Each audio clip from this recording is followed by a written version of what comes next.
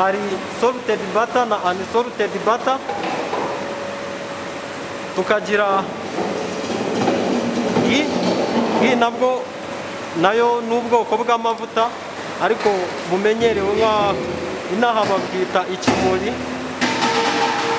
Nkuko mubibona bariya ni abakozi bari gukora isuku, ariko ntabwo twe tuba dufite icyizere isuku bakoze ko yagenze neza. Kugira ngo twizere ko isuku yagenze neza, tugomba gupimisha dukoresheje amaso yacu. Na hano uri kubireba ushobora kubona kimeze neza kandi kitogeje.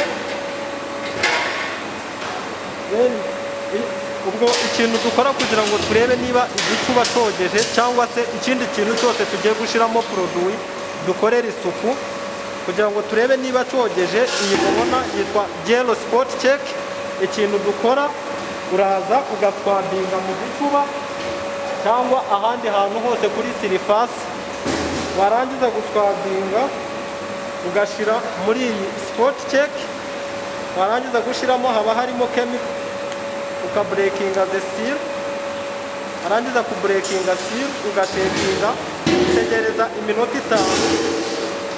Iyo aya mazi arimo ahindutse akava muri colorless akaza asa hano green, izi ni cooling tanks. Aya ma cooling tanks ikintu adufasha ni ugukonjeshamo amata twatetse. Iyo dutetse amata tuyakonjesha muri izi mashini uko ari ebyiri, yarangiza gukonja tukabona kuyashira mu bicuba tukayohereza ku isoko. Iyi ni zifite capacity yo guteka litiro 1000, buri imwe yose iteka 1000. Iyi mubona iteka litiro 500, iriya yo haruguru igateka litiro 600.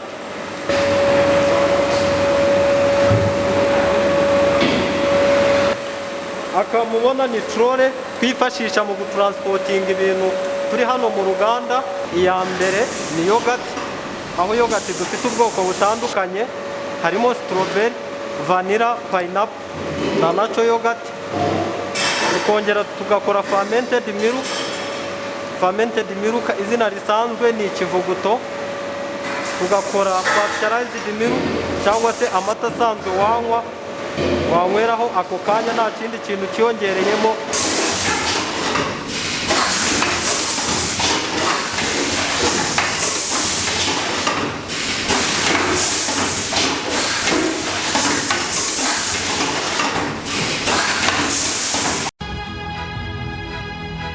Mu bihumbi 2012 ubwo hatangiraga ishuri rya IBTC Film and Design School ryigisha gufata amashusho, gufotora no gukora film, nta watekerezaga ko byagera ahangaha hose. Ubu abarisohotsemo bayoboye uruganda rw'amashusho aha mu Rwanda no muri East Africa. Ni abakozi b'amateleviziyo, ni ba rwiyemezamirimo, bafite n'ibindi byinshi bakora. Abangabo bose bigaga bicaye mu ishuri imbere ya mwarimu. Ubu noneho IBTC Film and Design School yabise ku rundi rwego, iri kwigisha benshi vuba kandi neza kurusha mbere. Impamvu nuko ubu bakoresha ikoranabuhanga ryo kwigishiriza kuri internet online. Murakaza neza ku rubuga rwa IBTC akanyerezo e-learning.com cyangwa se ukanayibona unyuze ku rubuga rusanzwe rwa IBTC Film School.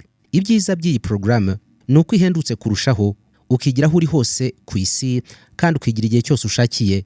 Kwiyandikisha nabwo unyura kuri IBTC akanyerezo e-learning. Duhamagare kuri 0788 54 302 na 07 28 54 302. Umwihariko w'aya masomo nuko noneho IBTC bari kwigisha ubukanishi bwa moto ku buryo ishwanyaguza ugashyira hariya ukongera ukayiteranya mu kanya nk'ako guhumbya, kandi byose biri online. Murakoze. Aha turi ni muri parking section. Aha niho products za Blessed Diary zose dukora tuzizana tukazipakingira. Iyi mubona hano ni mashini twifashisha mu gupakinga yawurute, yitwa automatic sealing and sealing machine. Ko mubibona nyuma yo guprocessinga yawurute ivuye muri production iza hano, yarangiza kuza hano, iki mubona ni reception tank. Yawurute iyo irangije kujya muri iyi reception tank, iyi mashini ifite sucking pump. Sucking pump y'iyi mashini ikurura yawurute kuva muri iyi reception tank ikayizamura ikayishyira muri iyi buffer tank. Yarangiza kuyishyira muri iyi buffer tank, iyi mashini mubona ifite adjustable knob imenya quantity bitewe na quantity twifuza gushyira mu bukombe cyangwa se packaging material. Hari agakombe ka mililitiro 100, 200 na 250. Ubwo bitewe niba ari mililitiro 100 uradjusting ugashyiramo mililitiro 100, niba ari mililitiro 200 ukadjusting ugashyiramo mililitiro 200. Then ukazana foil. Foil ni zimwe zifundikira hejuru, ukazishyira aha mubona hariho space hagenewe foil, ukazishyiraho. Iyo urangije gushyiraho izo foil, kubera pneumatic system yayo, foil zivanaho zishyira ku dukombe. Ubwo kandi birumvikana niba udukombe turi hariya barangije kudushyiramo, udukombe dukoresha hano tuba turi sterile. Igenda ikurura agakombe, yarangiza gukurura agakombe kakajya muri space aho yawurute iba dozing. Iyi buffer tank yarangiza kudozingamo yawurute bitewe na quantity wasetinzemo, niba ari 100 cyangwa 200 cyangwa 250, ikagenda yisiringa. Hariya ku ruhande mubona haba hari umuntu ushinzwe kwakira iyo yawurute yarangije kuba sealed, akayifata akayigenzura akareba iyo yawurute niba iri well sealed cyangwa se idasirinze neza. Iyo idasirinze neza ayishyira ku ruhande, isirinze neza niyo ashyira mu icyuma. Iyo niyo functionality y'iyi mashini.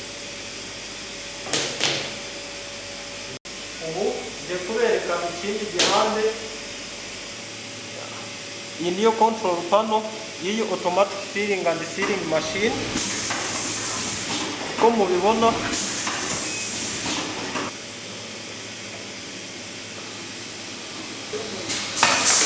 ubu ikaba iri gukora.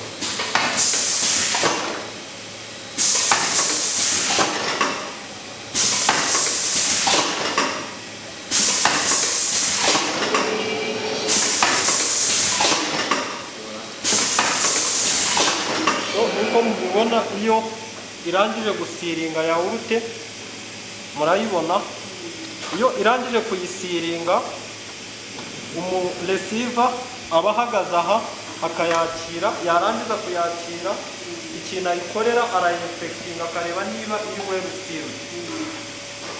Kumenya ko iri well sealed arayikanda, yarangiza kuyikanda yakumva inside nta mwuka uri gusohoka, akamenya ko yawurute iri well sealed, nta kibazo izagira cyo twajya ahandi dukorera inspection cyangwa se analysis y'izi produit. Iyo turangije kuzikora tugenzura ziba zimeze neza. Aha turi ni mu ruganda Blessed Diaries Limited, nk'abandi production manager and HACCP team leader.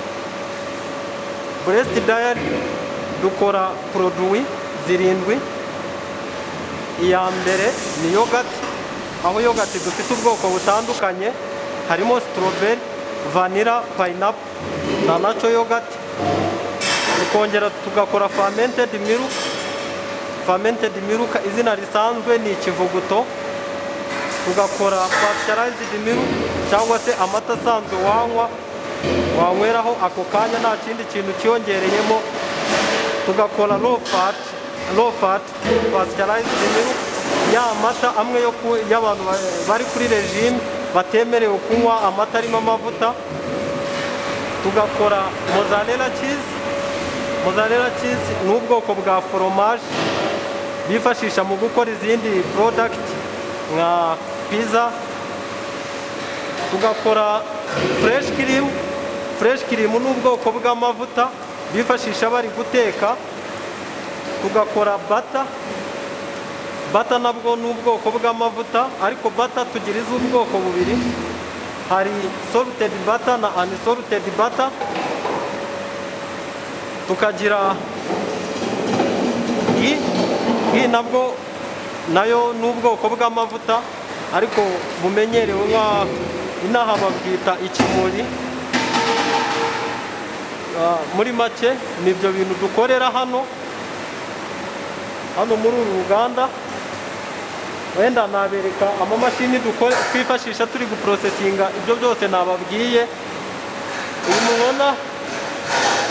Iyi mubona habiyi cyangwa izi zose muri kubona uko ari enye bazita pasteurizer, tuzifashisha mu guteka. Uko mubibona iyi zifite installed thermometer irimo ndani yo kudufasha kureba ubushuhe bwa produit turi guteka. Iyi ni zifite capacity yo guteka litiro 1000, buri imwe yose iteka 1000. Iyi mubona iteka litiro 500, iriya yo haruguru igateka litiro 600.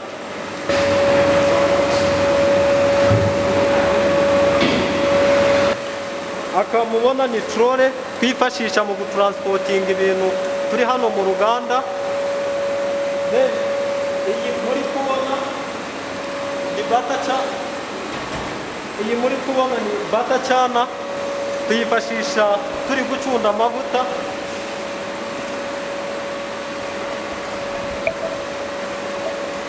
Urabizi kera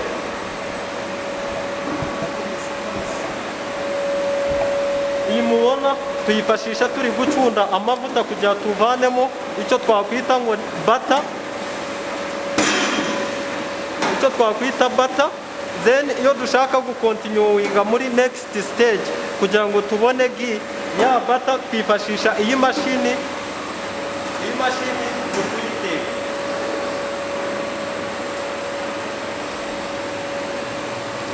Ibi mubona iriya niyi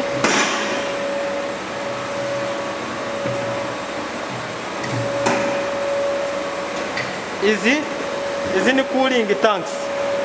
Aya ma cooling tanks ikintu adufasha ni ugukonjeshamo amata twatetse. Iyo dutetse amata tuyakonjesha muri izi mashini uko ari ebyiri, yarangiza gukonja tukabona kuyashyira mu bicuba tukayohereza ku isoko. Iyi mashini muri kubona niyo idufasha mu gusiringa butter. Iyo turi gukora butter, iyi meza nyuma yo kuyicunda tukayoshinga, uzana iyi mashini mubona idufasha mu gusiringa fresh cream na butter. Fresh cream na butter bifite diameter imwe cyangwa circumference zazo ni zimwe. Iyi mubona igikombe ugiterekamo, no warangiza guterekamo imashini ibishushe ugashyira hano, warangiza gushiraho ugasiringa bisanzwe. Nkuko mubibona bariya ni abakozi bari gukora isuku, ariko ntabwo twe tuba dufite icyizere isuku bakoze ko yagenze neza. Kugira ngo twizere ko isuku yagenze neza, tugomba gupimisha dukoresheje amaso yacu. Na hano uri kubireba ushobora kubona kimeze neza kandi kitogeje. Ubwo ikintu dukora kugira ngo turebe niba igicuba cyogeje cyangwa se ikindi kintu cyose tugiye gushyiramo produit dukorera isuku, kugira ngo turebe niba cyogeje, iyi mubona yitwa gel spot check.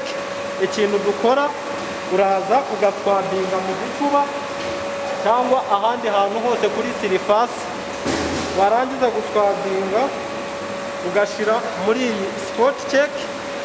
Warangiza gushyiramo haba harimo chemical, ukabreakinga the seal.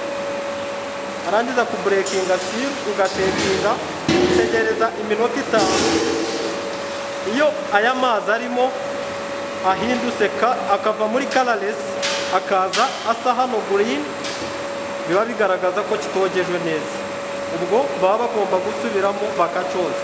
Wenda urugero urabona hano bisa neza, nafata ikindi kitogeje kugira ngo muze kureba itandukanyirizo. harimo colorless solution. Iyi colorless solution igaragaza ko igicuba cyogeje neza nta mwanda gifite. Then ngiye gufata ikindi gicuba kitogeje neza kugira turebe itandukaniro riri hagati y'iki gicuba cyogeje neza n'ikindi kitogeje neza. Iba ari gukora ari kuvanga stabilizer dushira muri yawurute kugira ngo ishobore kumara igihe kirekire iri ku isoko idakisa amazi, izahamane ya consistency yayo na viscosity nta kibazo ifite. Ibi ari gukora, ibi ari kuvanga babyita stabilizer. Iyi stabilizer ikintu dufasha kuri produit yacu no kugira ya produit yacu izamare igihe kirekire ku isoko idakisa amazi, iri constant stable nta kibazo ifite.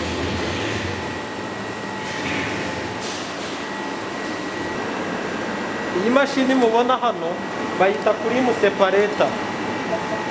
Ifata amata ashushe ari kuri room temperature cyangwa se kuri dogere 25, akaya separatinga hakavamo icyo bita skimmed milk na fresh cream.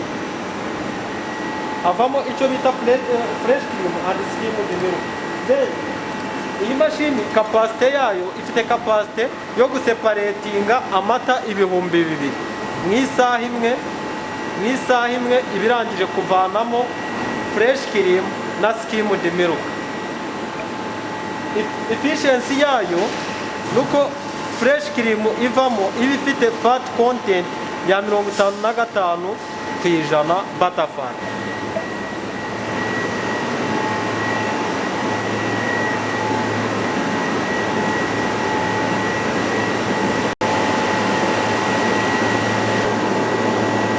Aha mubona ni muri milk reception department. Iyo amata aje, amata azanwa n'abacunda baba bayafite ku igare. Then iyo bayazanye batonda umurongo hanze bagendeye uko bagiye baza.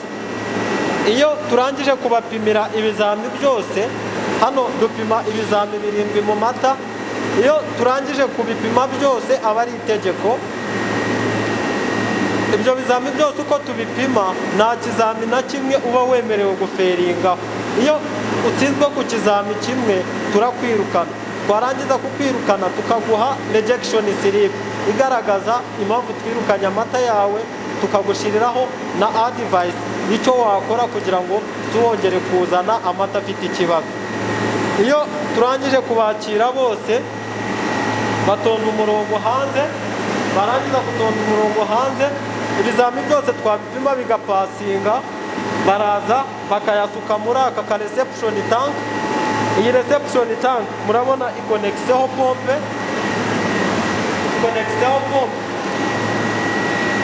ifite pipeline. Iyi pipeline ikintu dufasha tuyidirectinga muri tank iri vide. Tank iri empty ishobora kuba ari ijyamo 4,000 cyangwa ikajyamo 2,000 cyangwa 2,500. Twarangiza tugatangira gukonjesha. Ubwo twakira gukonjesha kugira ngo cooling time y'amata ize kugabanuka. Ibyo ngibyo nyuma yo guprocesinga produit kuko nazibabwiye zose tukazipakinga, tuzizana kuzibika muri iyi shampure uri kubona. Iyi shampure yitwa Cold Room 2, turimo dushira finished product zose tuba twakoze tutarazohereza ku isoko. Nyuma y'inzira yose naberese aho uhereye aho twakira raw material kugeza turangije production. Nyuma yo gupakinga ibyo twakoze turabizana tukabibika muri iyi Cold Room mubona. Iyi ni Cold Room 2 tubikamo product ziri finished. Ese we babasore bawe babona akazi bakirangiza umwe mukuru atukanshakira amafaranga ngacuruza ngaya murumuna we ati njye nyihera make njye muri IBTC kwiga film making. Ubwo uzi byabaye nyagucuruza amafaranga murumuna we wiyigiye umwuga ubu no mukire ni utunze imiryango ngo uzashobora hanze. IBTC Film School ni kwa Rubangura muri etaje ya 4 mu muryango 406. Wanahamagara 0788554302 bitize ukajya ku rubuga wa/IBTCFilmSchool.com.